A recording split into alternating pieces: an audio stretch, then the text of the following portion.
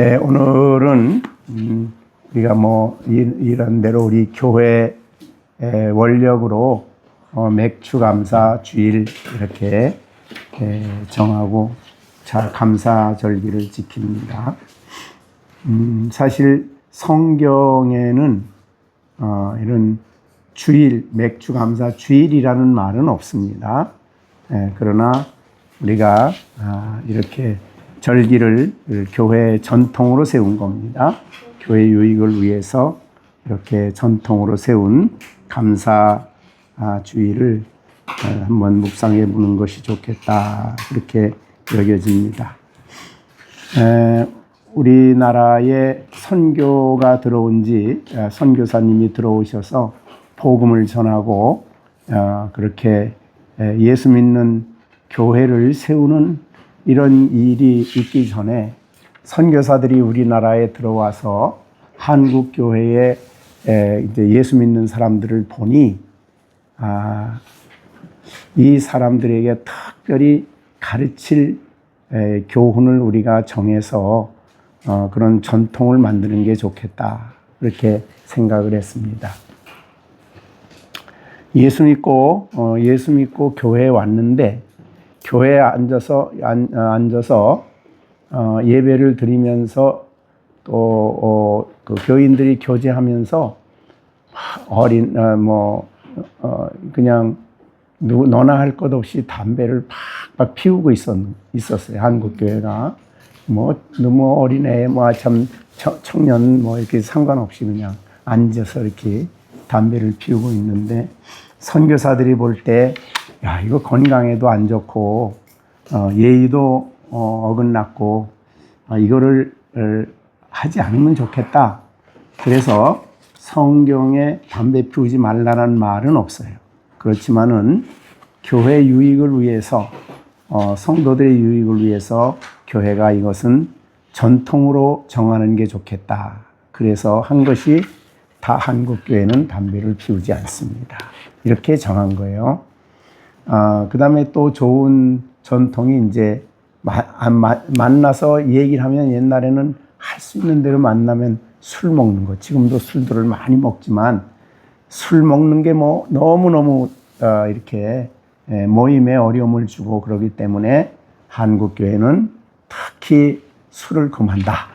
물론 이제 성경에도 술 금하는 부분은 있지만 이제 그런 전통이 있습니다. 그래서 교회에서 이렇게 배우고 이 외국에 가서 그 공부하시던 목사님들은 옛날에 아주 유명한 워필드라는 유명한 신학자가 있습니다. 그는 골초예요. 골초. 너무 앉으면 이거 그냥 늘 이걸 피우고 있었어요, 담배를. 처음엔 이상했죠.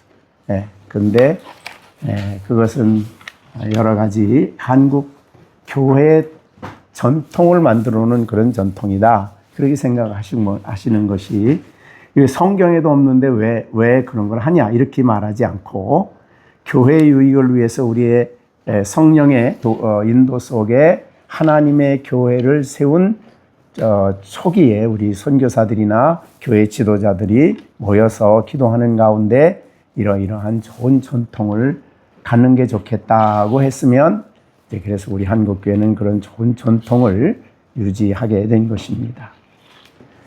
또 하나의 전통은 이제 감사절기입니다. 감사절기인데, 선교사들이 와서 보니까 한국 사람들은 감사가 없어요. 그러니까 예수 믿고 교회에 나와도 감사가 없어. 그래가지고, 이게 이제 한국의 이런 어떤 전통은 보면은 한의 문화니 한풀이 하는 그런 생각 속에서 늘 사람들이 모이면 비난하고 헐뜯고 또 불평하고 불만하고, 어떻든 한과 관련된 문화가 한국의 기본적인 전통 사상이. 그래서 이래서는 안 되겠다. 그래서 성경에 감사하는 생활을 회복해야 되겠다. 물론 성경에 이제 감사라는 게 있지만 그래도 한국에 이것을 절기로 하자 그래가지고 사실은 구약에는 물론 이제 맥추절이 있고 수장절이 있지만 신약 교회는 어떤 면에서 보면 그런 절기보다도 그런 절기의 정신을 가지고 항상 그렇게 사는 겁니다. 항상. 그래서 감사절기만 감사하는 게 아니고 감사절에 가졌던 그런 기본적인 감사의 마음을 가지고 언제나 어디서나 항상 감사하며 살아가는 것이 기독교인데, 그러기 때문에 그러한 정신을 더 확고하게 해주기 위해서 한국교회는 감사절기를 지키다라고 생각을 했는데, 사실은 미국 교회 전통은 청교도들이 처음에 미국에 들어와서 처음에 추수를 하고 그리고 난 다음에 한 것이 추수감사절이죠. 그래서 미국 전통은 추수감사절입니다. 미국 교회는 맥주감사라는 게 없죠.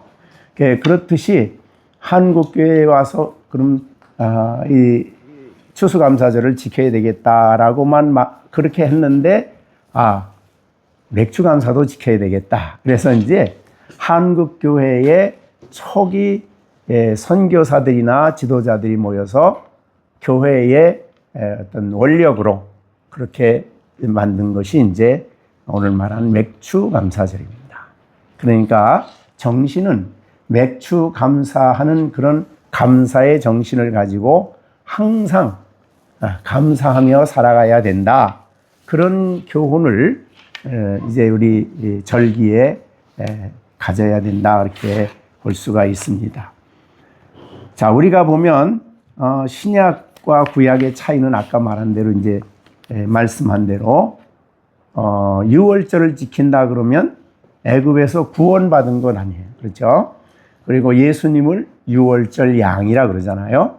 그럼 우리가 유월절은 유대인들은 유월절 지키지만 신약에 있는 성도들은 유월절을 안 지키죠. 그러고 난 다음에 항상 구원을 감사하며 살자. 그러니까 이게 그리스도인의 삶은 늘상 그의 삶이 그런 정신을 가지고 살아가는 삶이에요. 자, 그런데 우리가 그 감사와 관련해서 우리가 성경에 보면 우리가 유명한 데살로니가 전서 5장 18절이죠. 거기 보면 범사에 어떻게 하라? 감사하라. 이것이 그리스도 예수 안에서 너희를 향하신 하나님의 뜻이다. 우리가 감사하는 것은 우리를 향한 하나님의 뜻이죠. 그런데 여기에 보면은 범사란 말이 있어요. 그래서 추수를 우리나라도 사실은 6월 중순부터 6월 말까지 보리를 추수해요. 우리나라도. 그래서 그런 의미에서 볼 때 그래서 이제 7월 첫 주를 그와 관련해서 정했다 이렇게 볼 수도 있는데, 그런 추수를 할 수 있고 또 그렇게 해서 추수가 되었기 때문에 감사한다. 물론 해야죠. 그러나 신앙인의 그리스도인들은 모든 일을 당했을 때 어떠한 상황에도 범사란 말은 좋은 일이 있을 때만이 아니죠. 항상 어떤 일을 만나도. 그래서 우리 시온이가 손을 다쳤는데 탁 부러지지 않고 저 정도 된 것도 감사. 그러니까 신앙인은 어떤 일을 당해도 감사를 먼저 찾는 거죠. 그것이 그리스도인의 감사 모습이다. 그렇게 볼 수 있죠. 그 다음에 구약과 신약에서 감사를 가장 많이 한 사람, 구약은 누구를 들 수 있을까요? 또 신약에는 누구를 들 수 있을까요? 성경에서. 구약에서 제일 감사를 많이 한 사람은 다윗입니다. 그죠? 시편에 제일 많이 나오죠. 시편의 거의 모든 시편의 내용에 하나님의 인자와 선하심을 얘기하고 감사를 얘기합니다. 자,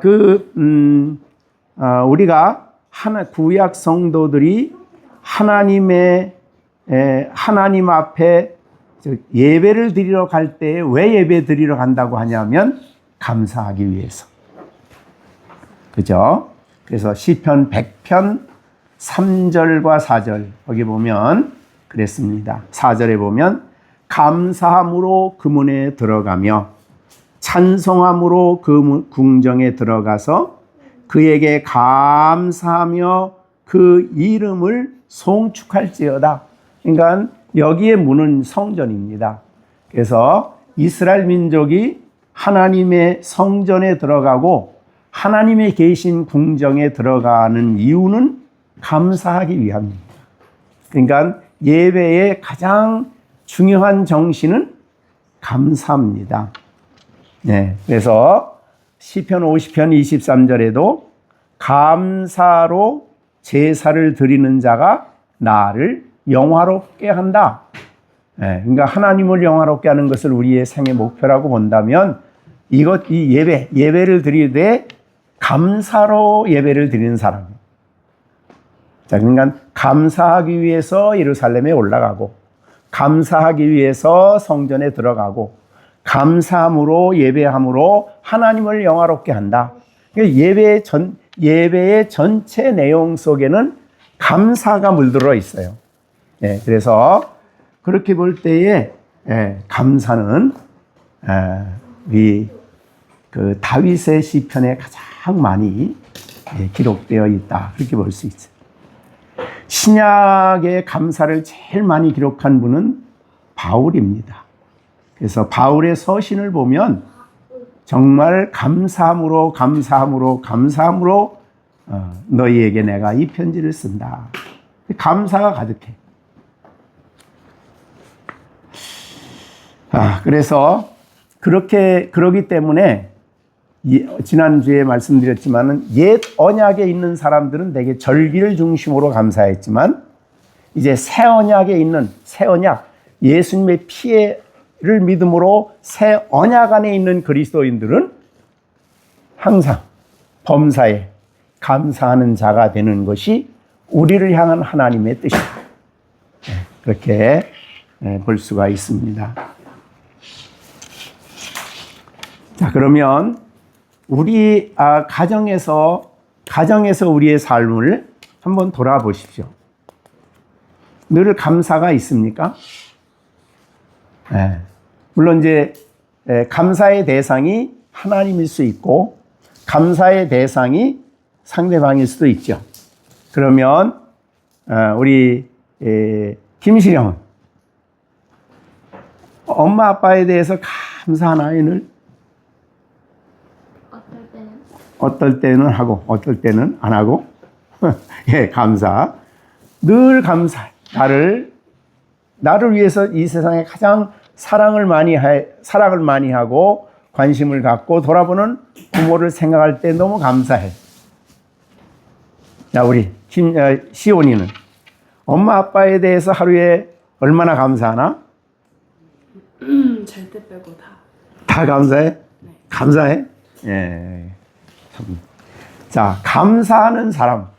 자녀들이 부모에게 감사할 줄 아는 그런 가정. 이게 사실은 그리스도인의 가정이죠. 예. 우리가, 이제 부모들은 이제 하나님께 더 감사할 수 있겠죠. 네, 그렇죠. 우리 아이들을 하나님이 주신 그 은혜에 대한 감사. 그렇죠. 또, 이런 남편을 만나서 아내를 만나서 가정 생활을 해서 감사. 그러니까 우리의 신앙에는 어디에나 감사가 있습니다. 하루하루. 그래서 감사합니다. 네. 자, 우리 특히 이제 시편 136편은 제가 추수감사절 때도 한번 설교했지만은 전체가 다 감사죠. 거기 보면. 그죠? 시편 136편에 보면은 여호와께 감사하라. 그는 선하시며 인자하심이 영원합니다. 영원토록 인자와 진실하심, 그리고 그의 우리에게 선을 베푸시는 선하심. 그래서 그 다음에 하늘을 지혜로 하늘을 지으신 이에게 감사하라. 5절 땅을 물 위에 펴신 이에게 감사하라. 자, 하늘을 지으신 우리 아이들이 아까 감사한 내용 속에 있었는데 큰 빛들을 지으신 하나님. 만약에 태양이 없다 그러면 어떻게 될까요? 시준이. 태양빛이 없으면 어떻게 될까요? 얼어 죽을 수도 있고 사람이 살 수가 없겠죠.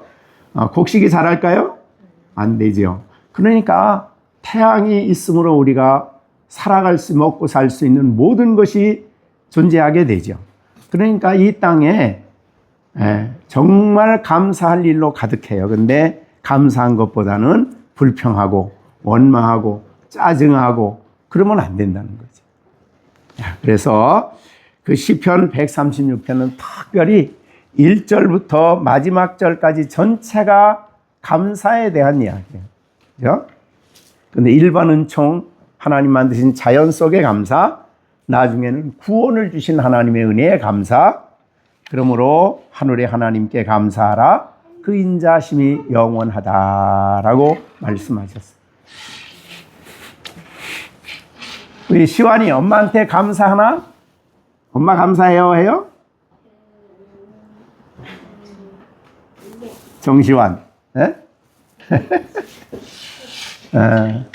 자, 이렇게 우리가 신앙 안에서 늘 우리 식구들이 하나님 앞에 감사하는데 특히 오늘은 이제 맥주감사절이니까 맥주절과 관련된 감사에 대한 묵상을 좀 하려고 합니다.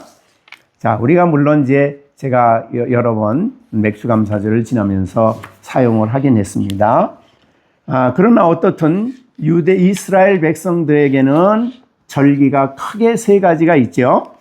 그래서 아무리 힘들어도 이 세 가지 절기는 반드시 지켜야 되는 절기죠. 첫째가 맥주절. 그죠? 유월절이죠. 유월절. 그 다음에 둘째가 맥주절. 셋째가 수장절. 그래서 유월절은 애굽에서 구원받은 것을 감사.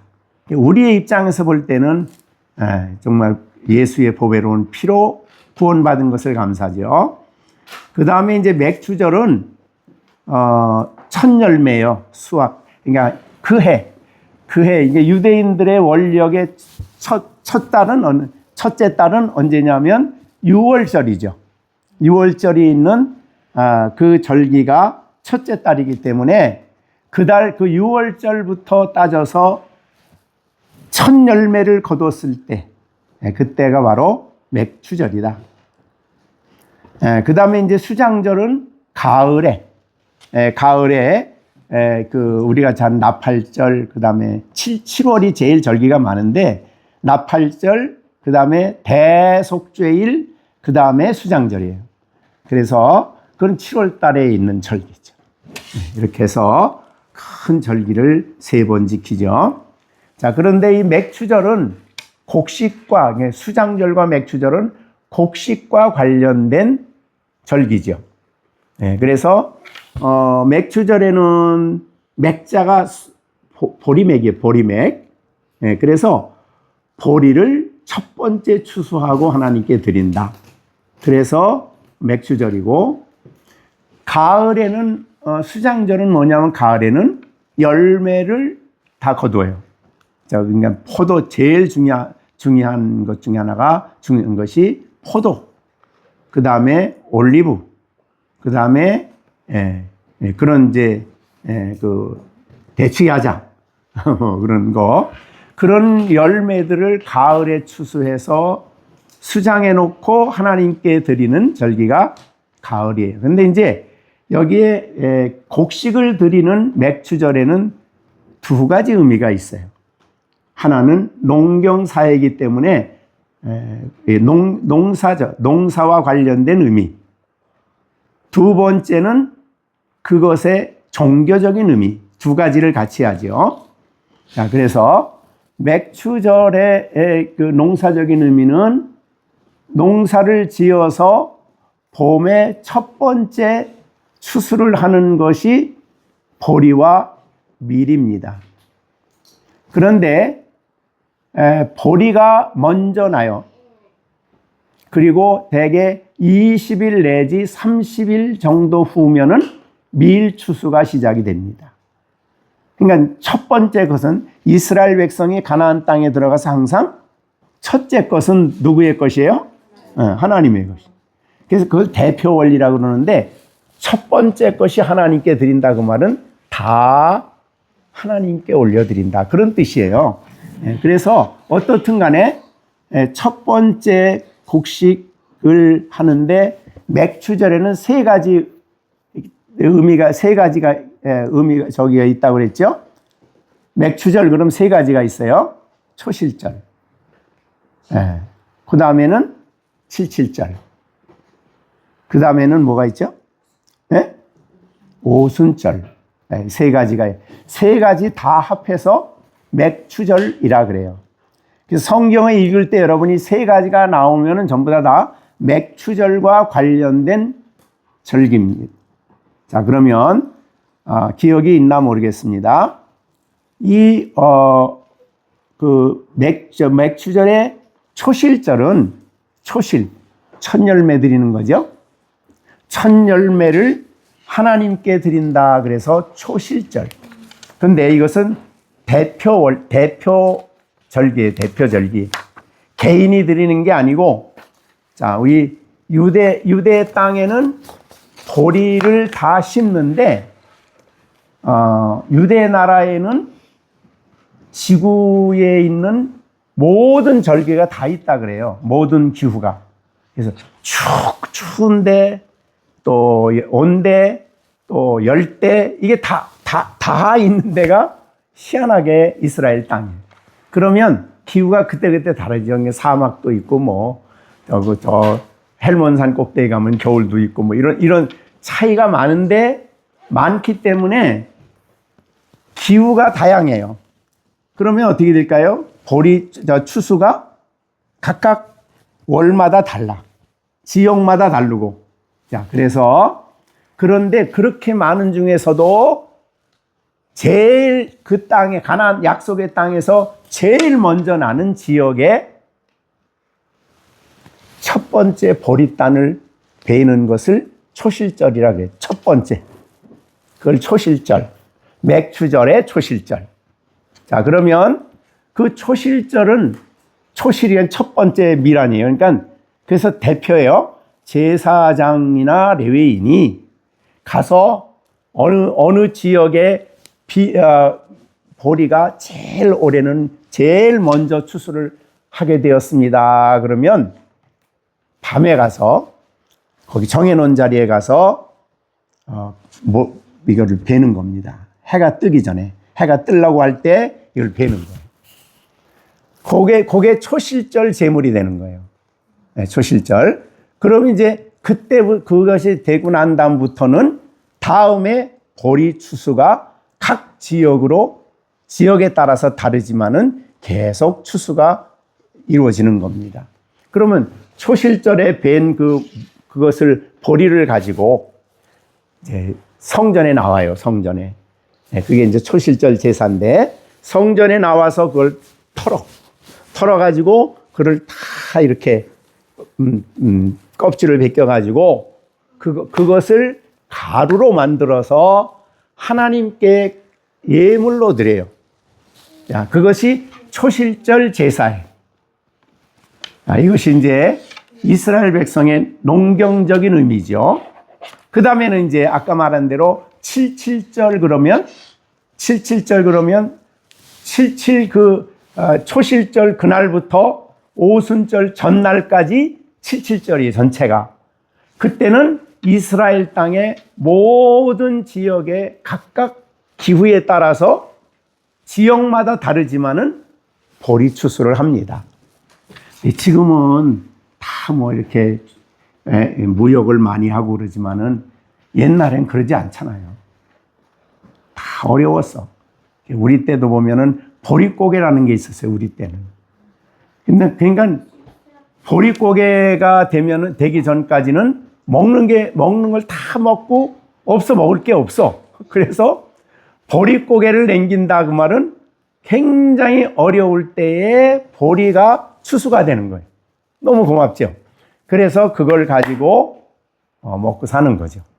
그러니까 이 초실절 지날 때에 그런 어려운 상황 속에서 여기 성경에 있는 대로 수고하여 밭에 뿌린 것에 첫 열매를 거두어 그를 하나님께 드리고 그 다음서부터는 이제 지역마다 다르겠죠. 기후에 따라서. 각 지역에서 추수하는 사람은 각각 다른 사람들이죠. 그래서 저 단지역에서부터 시작해서 뭐 베들레헴 이런 지역에 내려오면서 내가 농사 지은 밭에 가서 주인이 내가 첫 곡식을 베면은 그게 77절이에요. 그 드리는 제물이에요. 그거는 내가 그걸 해서 그거는 내가 보관해 있다가 하나님의 것이니까 하나님께 예물로 드립니다. 그 내용은 전국에서 77절 기간 동안에 시작되기 때문에 그걸 77절이라 그래서 77절은 개인의 77절이에요. 아까 초실절은 대표의 초실절이라 그러고, 그렇게 되니까, 예루살렘에서 가장 가까운 데가 어디냐면, 주로 곡식 많은 데가 베들레헴입니다. 여러분, 베들레헴의 뜻이 뭐라 그랬죠? 떡집. 떡집. 그러니까 밀이 잘 나고 보리가 많이 나는 곳이에요. 그러니까 거기서는 예루살렘에 가는 게 시간이 얼마 안 걸리거든요. 그렇기 때문에 베들레헴에 있는 사람은 첫낫을 되면서 그 곡식을 가지고 예루살렘으로 올라가. 근데 아까 말한 대로 저 단지역에 있는 사람은 그걸 가지고 올라올 수가 없어요. 그래서 그 사람은 그걸 보관해 두는 거야. 그 보관해 두는데 그걸 언제 바치냐면 수장절. 가지고 있다가 수장절에 예루살렘에 올라와서 맥추절에 놓았던 그거를 하나님께 드려요. 자, 그래서 그러기 때문에 77절은 전 백성들이 자기의 첫 곡식을 드리는 게 77절이고, 근데 나중에 이제 남는 건 아까 맥추절과 관련해서 오순절이 남지요. 오순절은 이스라엘 백성의 봄 농사 지은 모든 추수가 완전히 끝나는 날이에요. 77이. 그 다음에 안식일이니까 그래서 그때는 대제사장들이 대표로 하나님 올해도 봄에 이렇게 좋은 날씨를 주시고 좋은 기후를 주시고 또 비를 잘 오게 해주셔서 잘 추수하게 해주셨음을 감사합니다 하고 대표자가 드리는 제사가 오순절입니다. 자, 그러니까 대표 원리가 들어가는 맥주절은 두 개가 있어요. 그죠? 하나는 초실절, 하나는 오순절. 그리고 나머지 77절은 개인의 맥주절이에요. 자, 그렇게 구분이 됩니다. 이게 구분이 잘 안 돼서 이게 주석이나 이런 거 하는 거 보면 굉장히 혼란스럽게 이거를 하는 데가 참 많아요. 그러니까 어떻든 맥추절과 관련해서 농경적인 의미는 세 가지다. 이렇게 생각을 하시면 되겠어요. 자, 그런데 아까 말한 대로 종교적인 의미가 있다 그랬어요. 절기에는. 자, 그러면 다시 초실절과 관련된 종교적인 의미예요. 여러분들 그러면 뭔지 대개 감이 오죠? 네. 자, 초실절과 관련된 첫 열매가 하나님께 드려진 첫 열매를 누구라 그래요? 예수님이죠. 그래서 고린도전서 15장 20절에 보면 그가 이제 그러나 이제 그리스도께서 죽은 자 가운데서 다시 살아나사 잠자는 자들의 첫 열매가 되셨다. 그래서 예수님을 첫 열매라 그럽니다. 그러면 예수님이 첫 열매가 추수가 되면 그 다음에 보리 추수하는 것도 다 똑같죠. 똑같은 보리예요. 그러면 예수님의 부활이 첫 열매면 나중에 예수 후에 죽은 사람들이 다시 부활에 참여하는 사람들은 모두가 다 예수님의 부활에 참여하는 거예요. 그리스도인으로서. 그러니까 우리가 부활을 하게 되면은 어떤 모습일까? 예수님과 같은 모습이죠. 그죠? 왜? 첫 부활의 모습을 보여준 게 예수님이기 때문에 다음에 예수 믿는 사람의 부활은 그리스도의 부활과 같습니다. 네, 그래서 예수님의 부활을 우리가 볼 수가 있는데, 자, 그러면 우리가 빌립보서에 보면은 우리의 부활에 대해서 빌립보서 3장 21절에 이렇게 말했어요. 그가 만물을 자기에게 복종하게 하실 수 있는 자의 역사로 우리의 낮은 몸을 자기의 영광의 몸의 형체와 같이 변하게 하시리라. 우리의 부활의 몸이 그리스도와 같다 그 말이죠. 그래서 영광스러운 부활이에요. 우리가 영생의 부활이라고도 얘기합니다. 그럼 안 믿는 사람들은 어떤 부활이라 그래요? 심판의 부활. 우리의 부활하고 달라요. 믿지 않는 사람은 예수 그리스도와 같은 영화로운 부활이 아니에요. 심판의 부활로 일어나서 그 영혼이 다시 몸을 입고 영원한 형벌에 들어가죠. 지옥에 들어가죠. 그거를 심판의 부활이라 그래요. 자, 그럼 우리는 누구의 부활과 똑같은 부활을 해요? 첫 열매인 예수님과 같은 똑같은 부활을 합니다.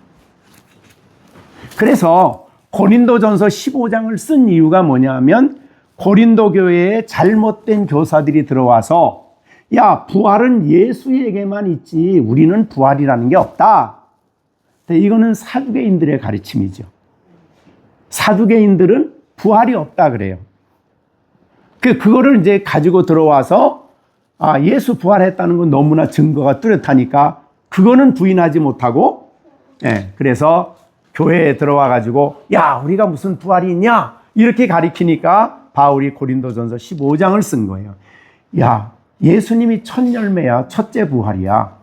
그래서 예수님이 부활했기 때문에 우리도 그와 같이 부활할 거야. 만약에 우리의 부활이 없다면 예수의 부활도 없는 거야. 우리의 부활이 없다면 죽은 이후에 아무 의미가 없어.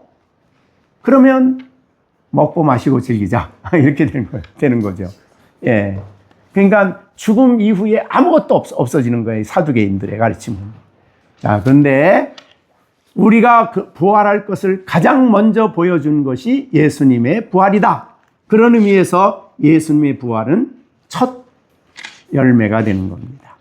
자, 그러면 77절의 개인의 부활은 우리 개인들이 예수님을 믿으면 허물과 죄로 죽었던 우리가 예수님이 나의 죄를 위해서 죽으셨지만 또 하나님께서 그를 다시 살리신 것을 믿으면 허물과 죄로 죽었던 우리들이 어떻게 됩니까?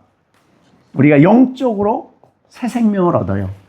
그래서 영적인 부활이라 그러죠.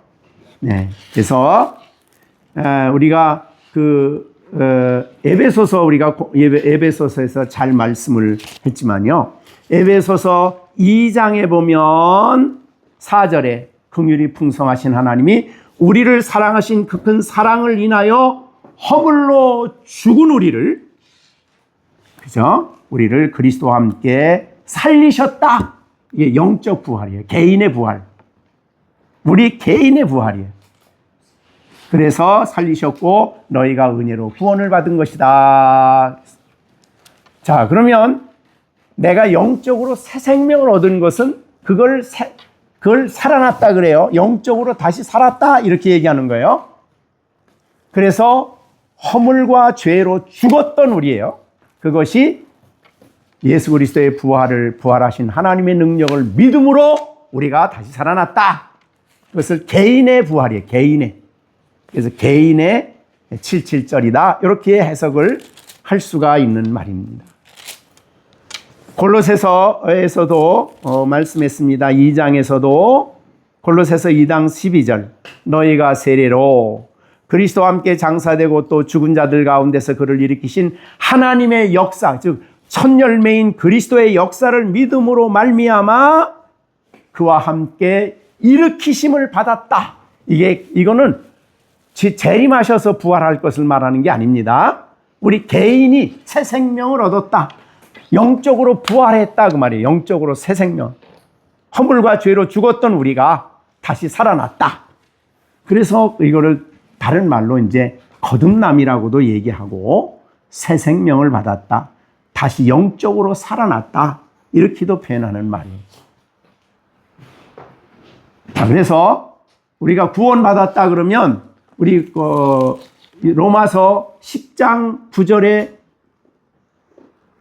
너희가 만일 뭐예요? 네.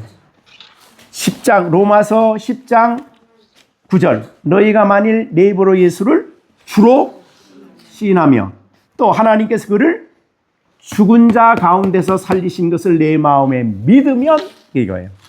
죽은 자 가운데서 첫 열매 되신 예수님을 믿으면 구원을 받을. 이 구원은 영적으로 살아나는 거예요. 그래서 에베소서는 그 일으키심을 받았다. 또 우리 일으키시는데 머무르지 않죠? 함께 일으키사, 즉 함께 살리셨고 함께 일으키사 그리스도 예수 안에서 하늘에 앉히셔서 하나님과 교제하는 자리에 있게 하셨다.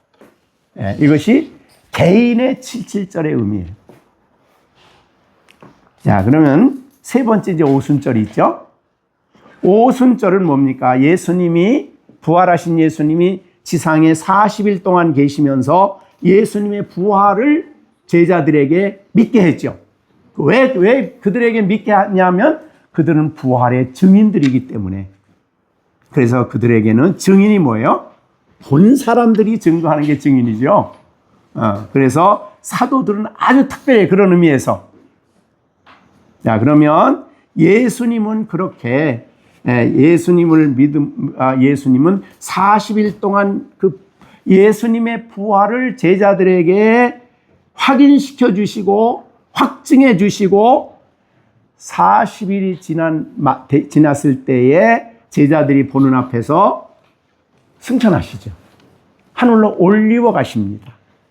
그걸 우리는 승천이라고 그러죠. 근데 올리워서 어디로 가요? 어디로? 하나님 앞으로 가서 하나님 우편에 가셔서 대표적으로 하시는 일이 뭐예요? 가셔서 아버지께 구하여 또 다른 보혜사를 너희에게 보내준다. 라고 말씀을 하셨어요. 그게 이제 요한복음 14, 15, 16장에 제일 많이 강조한 거죠. 내가 가서 아버지께 구해서 너에게 성령을 보내준다. 내가 가는 것이 너에게 유익이다. 내가 가면 하나님의 영이 너에게 온다. 이거를 굉장히 강조를 해요. 자, 그러면 그래서 이제 오순절이 되었습니다. 즉 40일이 지나고 10일 동안 제자들이 열심히 기도했죠. 담마가의 다락방에서 기도에 전무할 때에 하나님의 오순절이 됨에 약속대로 성령을 보내주셨어요. 그게 오순절입니다. 자, 그래서 오순절에 성령이 오셨는데 레위기 23장 15절에 보면 여기에 이제 오순절이 얘기가 나와요. 그죠? 레위기 23장 15, 16절. 안식일 이튿날 곧 너희가 요제로 곡식단을 가져온 날부터 세워서 이것은 이제 첫 열매 드리는 거죠. 7 안식일의 수요를 채우고 7 안식일 이튿날 요 부활 이게 이제 주일이죠. 말하자면 오늘날로 이튿날 주일까지 합하여 50일을 계수하라. 이게 오순절이죠. 그래서 사도행전 2장 1절에 오순절이 이름에 그들이 다 한 곳에 모였는데 호련히 하늘로부터 급하고 강한 바람 소리가 있어서 온 집에 가득하여 모인 사람이 다 성령이 충만해졌다. 이게 이제 오순절이죠. 예수님이 아버지께 가서 기도하시고 예수님의 그 모든 사역을 아버지가 기쁘게 흠양하시고 응답하셔서 지상에 있는 교회에 성령을 보내주신 거예요. 그런데 예수님은 성령만 오신다 안 그러고 성령이 오실 때 누가 같이 온다 그랬어요. 내가 영으로 너희에게 성령 안에서 너희에게 다시 온다 라고 얘기를 하신 것이 이제 요한복음 16장의 가르침입니다. 자, 그래서 오늘은 맥추절 그러면 우리가 감사할 게 특히 감사할 게 두 가지죠. 그죠? 첫째 감사는 뭐예요? 수고한 우리의 수고를 지난 6개월 동안 하나님이 우리가 수고할 수 있도록 힘을 주시고 직장에 나가면 직장에서 일하고 여러 가지 어떻든 우리가 범사에 수고하여 우리에게 필요한 양식을 하나님이 공급해 주신 것을 감사하는 농경적 의미가 첫째라면 그건 안 믿는 사람도 그는 혜택을 입어요. 그런데 두 번째 영적인 의미로 볼 때에 우리는 정말 감사할 일은 우리가 예수님이 부활하심으로 장차 우리가 영광스러운 부활에 참여할 뿐만 아니라 우리가 개인적으로 다시 살아나서 새 생명을 얻어서 그게 없으면은 아무것도 아니에요. 그죠? 근데 예수를 믿으면서도 허물과 죄로 죽어 있는 상태 가운데 계속 있으면서 교회 생활하면은 정말 불행한 일이죠. 그죠? 근데 언제 그러면 하나님이 그를 다시 살리시냐? 그건 이제 아까 로마서 10장 9절의 말씀이죠. 그죠? 예수가 하나님께서 그를 죽은 자 가운데 살리신 것을 믿으면 우리가 하나님이 우리 영혼을 다시 살리신다. 그래서 그것을 감사해야죠. 신앙적으로 볼 때는 예수님의 부활을 인하여 감사하고 또 우리가 영광스러운 부활에 참여할 것을 감사하며 우리가 이 절기를 지키고 또 하나는 우리를 영적으로 다시 일으키시고 살리셔서 이제는 그리스도 안에서 하늘에 앉혀서 영광스러운 하나님과 함께 교제하며 살게 하신 이 은혜를 감사하는 절기. 그렇게 보는 거죠. 그 다음에 이제 오순절이라는 것은 우리 가운데 성령을 보내주셨습니다. 자, 하나님이 우리에게 주신 은혜 중에 가장 놀라운 선물은 사실은 성령을 보내주신 겁니다. 만약에 성령을 보내주시지 않았다면 내가 죄인임을 깨달을 수가 없고 예수 그리스도가 내 죄를 위해 죽으셨다는 것이 나와 상관이 없어요. 부활이 성령이 없으면. 그러니까 성령이 오심으로 내가 죄인임을 알게 됐고 오심으로 내가 예수님을 믿게 됐고 오심으로 말미암아 성령의 능력 안에서 우리가 새 생명을 얻은 겁니다. 그리고 예수님의 부활의 영광에 들어가도록 끊임없이 우리 안에 계셔서 우리 안에 가르쳐 주시고 교훈하시고 받은 은혜를 알게 하시고 또 그리스도인으로 살아가는 성령의 열매를 풍성히 맺히게 하시는 분이 우리 안에 오신 성령이시죠. 우리는 지금 사실은 성령이 오시지 성령과 상관없은 그 사람 복음하고 아무 상관없는 사람입니다. 성령이 오심으로 내가 예수를 믿게 된 거예요. 내 믿게 된 거는 성령의 역사가 아니고는. 그래서 날마다 우리는 감사할 제목은 농경적인 의미, 일반 은총 영역에도 있겠지만 우리가 영적인 의미로도 하나님 앞에 이 감사하는 그런 마음을 우리가 가져야 하겠다는 것입니다. 자, 그래서 우리가 이제 지금 그러니까 예수님의 은혜로 거듭나서 영적으로 살아나서 우리가 그리스도 안에 하나님 앞에 앉아서 날마다 예수님을 새롭게 더 깊이 깨달을 수 있도록 하시는 분이 오순절에 오신 성령이시죠. 그래서 우리는 성령이 우리 안에 임재하여 계신다. 자, 그래서 여러분이 잘 아는 성경에서 우리 고린도 후서지요. 고린도 후서에 보면 우리가 세상 영을 받지 아니하고 고린도 전서 2장입니다. 고린도전서 2장 12절이죠. 2절. 우리가 세상 영을 받지 아니하고, 그러니까 이 땅에 태어나는 사람 무조건 무슨 영을 받았어요? 세상 영입니다. 그런데 예수님이 우리 안에 오셔서 이 예수를 믿을 때에 우리 안에 이 세상 영을 다 쫓아냈죠. 그리고 세상 한 그리스도의 영이 우리 안에 계시죠. 그래서 고린도전서 2장 12절입니다. 우리 한번 읽어볼까요? 우리가 세상 영을 받지 아니하고 오직 하나님으로부터 온 영을 받았으니 이는 우리로 하여금 하나님께서 우리에게 은혜로 주신 것들을 알게하려 하심이라. 그러니까 하나님으로부터 온 이 성령은 하나님께서 우리에게 주신 모든 구원과 관련한 진리와 관계된 모든 것을 알게 하시는 분이셔요. 그것이 성령이 오셔서 우리에게 개인적으로 우리 안에 계셔서 하시는 일이죠. 그래서 여러분들이 예수 그리스도를 더 풍성하게 하나님이 우리에게 주신 그리스도 안에 주신 모든 진리와 모든 은혜들을 밝히 알게 하시는 일을 하시는 분이 우리 안에 계시는 성령이셔요. 그러니까 구원받은 우리들은 날마다 영원한 그 나라에 서기까지는 성령이 우리 안에 성령의 열매를 맺히게 하시는 분이죠.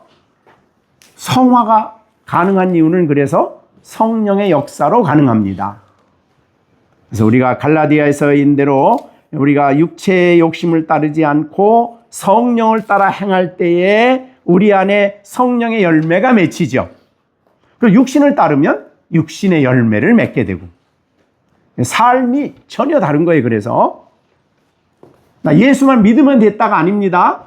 믿은 후에 우리 안에 오순절에 오신 성령이 끊임없이 우리 가운데 가르치시고 우리 가운데 성령의 열매를 맺히게 하심으로 그리스도인의 삶이 아름다운 삶이 가능한 거죠.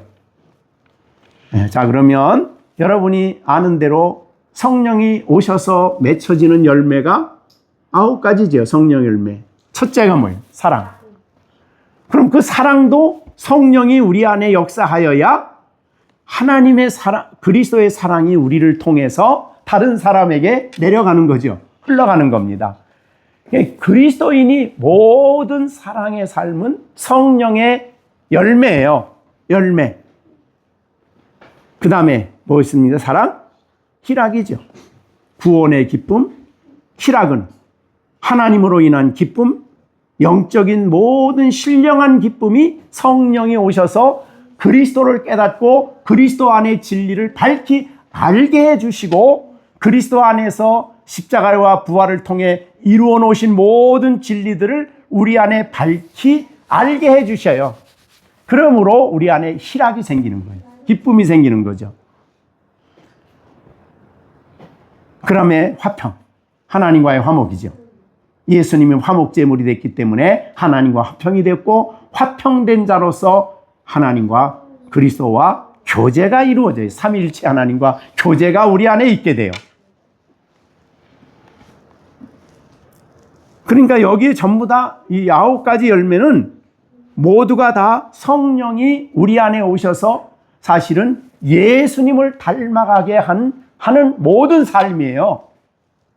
성령이 없으면 안 돼요. 그래서 자, 그러면 여러분들은 날마다 성령이 내 안에 역사하시도록 기도하시고 간절히 사모해야 되겠죠. 그래서 누가복음 11장에서 여러분 자주 말한 것처럼 성령과 관련한 위대한 약속을 주셨죠. 성령과 관련한 위대한 약속이 요한복음 11장 13절. 사실 이것은 19절부터 계속되는 말이에요. 구하라, 찾으라, 두드리라. 그죠? 이 말이죠. 뭘 구하고 뭘 찾으란 말이냐? 성령이에요. 그래서 13절에 너희가 악할지라도 자식에게는 좋은 것을 줄 줄 아는데 하물며 너희 하늘 아버지께서 구하는 자에게 성령을 주시지 않겠느냐. 그 주시지 않겠느냐라는 그런 표현을 쓴 것은 주신다는 것을 굉장히 강조한 말이에요. 그래서 교회에서 복음을 설교해요. 굉장히 귀해요. 복음을 말씀해요. 그러나 그 설교한 복음이 생생하게 자기의 말씀으로 받아오고 자기의 것으로 깨닫지는 역사를 하는 것이 누구예요? 성령이셔요. 그래서 강단에서나 교회에서나 예수를 많이 말해. 예수님의 도덕적인 삶, 착한 삶, 사랑의 삶 많이 말해. 우리도 그렇게 살아가야 됩니다. 여기까지 말하면 안 되는 거예요. 그거는 사실은. 성령이 그 안에 역사하지 않으면 그리스도를 본받아 갈 수가 없는 거예요. 아시겠죠? 그래서 성령을 굉장히 강조를 하셔야 돼요. 성령에 대해서. 성령에 대해서 강조한다는 그 말은 우리에게 성령이 오셔서 역사하시기를 구하는 거죠. 예. 그 대표적인 역사 구하는 것 중에 하나가 요한 1서에서 말씀한 내용 중에 무슨 말씀이 있냐면, 기름 붓는다는 말이 있어요. 자, 2장 27절이요. 너희는 주께 받은 바 기름 부음이 너희 안에 거하나니 아무도 너희를 가르칠 필요가 없고 오직 그의 기름 부음이 너희 모든 것을 너에게 가르치고 그 가르침은 참되고 거짓이 없으니 너희는 가르치신 그대로 주 안에 거하라. 그래서 성령의 기름 부음이라는 단어가 나옵니다. 그러면 오늘도 제가 이렇게 설교를 준비하고 여러분에게 설교할 때에 빼지 않고 내가 기도하는 기도가 있어요. 그죠? 하나님, 오늘도 말씀을 듣는 특히 우리 어린애들, 우리 열린샘 아이들, 하나님 특히, 그리고 우리 이번에 여름 성야학교, 그 다음에 장마학교에도 마찬가지. 성령의 기름 부음이 아이들을 가르치게 기름 부음이 있게 해 주십시오. 성령이 오셔서 아이들의 마음에 깨닫게 하는, 알게 하는, 가르치는 성령의 역사가 있어야 된다 그 말이죠. 그러니까 여러분이 주일학교나 성령학교 기도할 때 꼭 빼놓지 말고 그 기도를 하셔야 돼요. 성령이 증거해 주지 않으면 예수 그리스도에 대한 진리가 확실하게 자기에게 부딪히질 않아요. 자기에게 오질 않아요. 남 얘기 같아.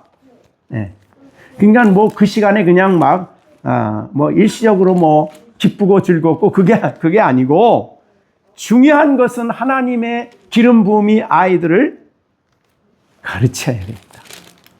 그래서 성령이 오시면은 하신 이제 요한 1서에 요한복음의 그 부분에 대해서 얘기를 했죠. 14장 26절에 보혜사고 아버지께서 내 이름으로 보내신 성령 그가 너에게 모든 것을 가르치고, 가르치는 성령의 역사예요. 그러니까 이 성령의 인도, 성령의 가르침, 이것이 있기 때문에 예수님이 제자들을 떠날 때 걱정 없이 떠나셨죠. 성령이 오시니까. 그리고 성령이 오시는 것이 내가 함께 있는 것보다 훨씬 더 너에게 유익하다. 그렇게 얘기를 하신 거죠. 성령 때문에.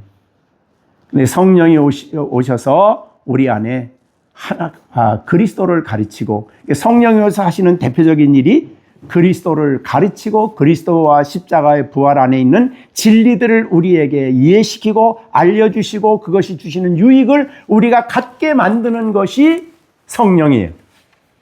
오순절의 성령입니다. 자, 그러면 우리가 맥주절을 맞이해서 맥주절에 감사할 것 중에 우선은 두 가지죠. 하나는 농경적인 의미, 또 하나는 영적인 의미. 두 가지를 인하여 하나님께 우리가 감사하는데, 사실은 이 두 가지는 어쩌다 감사할 일이 아니고 항상 감사할 일이죠. 너무너무 감사한 일이에요.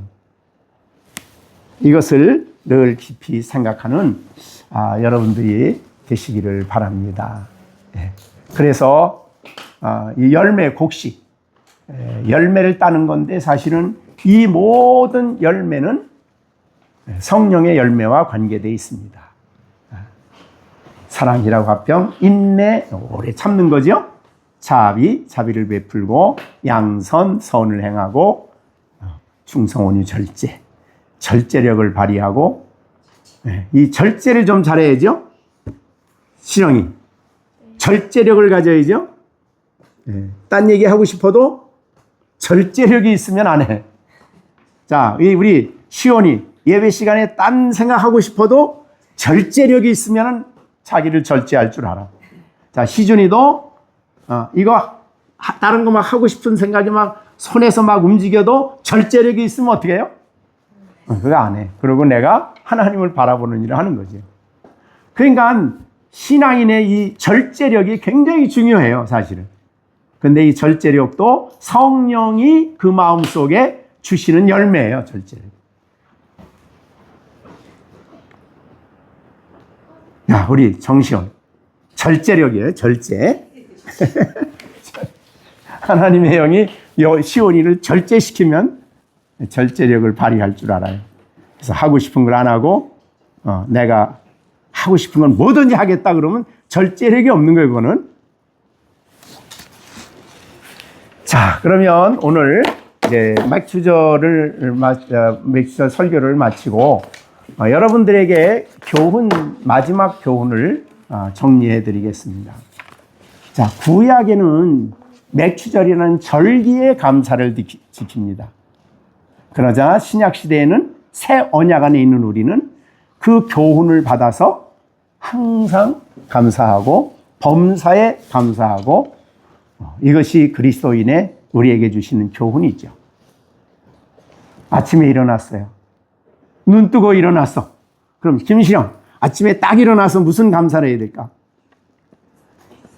내가 누워 자고 깨었으니 여호와께서 나를, 지난밤에 하나님이 나를 잘 붙들어 주셔서 잠자다가 하나님 그냥 꼴깍하지 않고 붙들어 주셔서 내가 이렇게 오늘 아침에도 새롭게 시작하게 하심을 뭐 해야 돼요?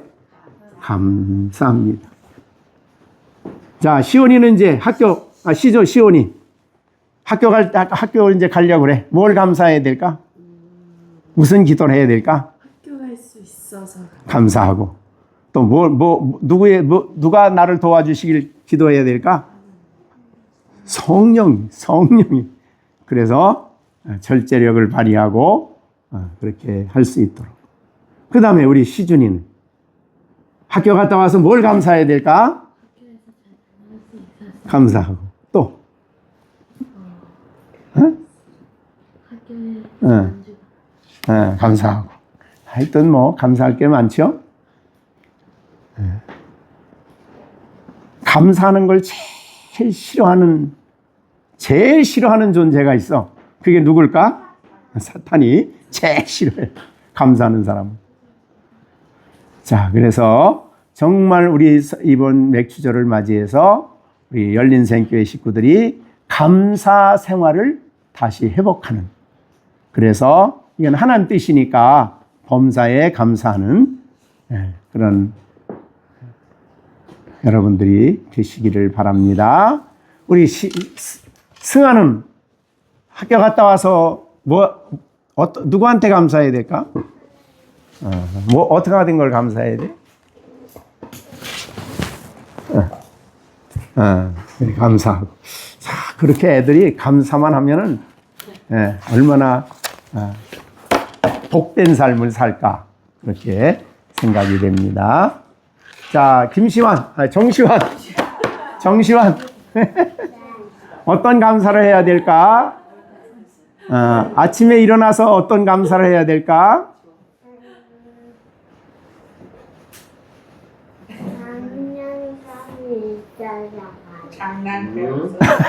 장난감. 그것도 하여튼 감사해요. 뭐든지 감사. 자, 기도하겠습니다. 하나님 아버지, 오늘도 맥주감사절을 맞이해서 지난 6개월 동안 우리의 삶을 있게 하시고 또 우리가 직장생활, 가정생활, 아이들을 키우고 모든 일이 하나님이 행하시고 도와주셨기 때문인 줄 알고 저희들이 오늘 감사주의를 지키면서 우리의 감사 생활을 다시 회복하게 하심을 감사드립니다. 정말 우리 안에 원망, 불평, 짜증, 불만, 분노 있지 않게 하시고 우리 마음속에 항상 감사가 가득한 성도가 되게 하여 주셔서 범사에 감사하되 하나님을 인하여 감사하고 성도를 인하여 감사하고 식구들을 인하여 감사하고 모든 일에 감사하며 살아가는 우리 모두가 되게 하여 주시옵소서. 예수님의 이름으로 기도하옵나이다. 아멘.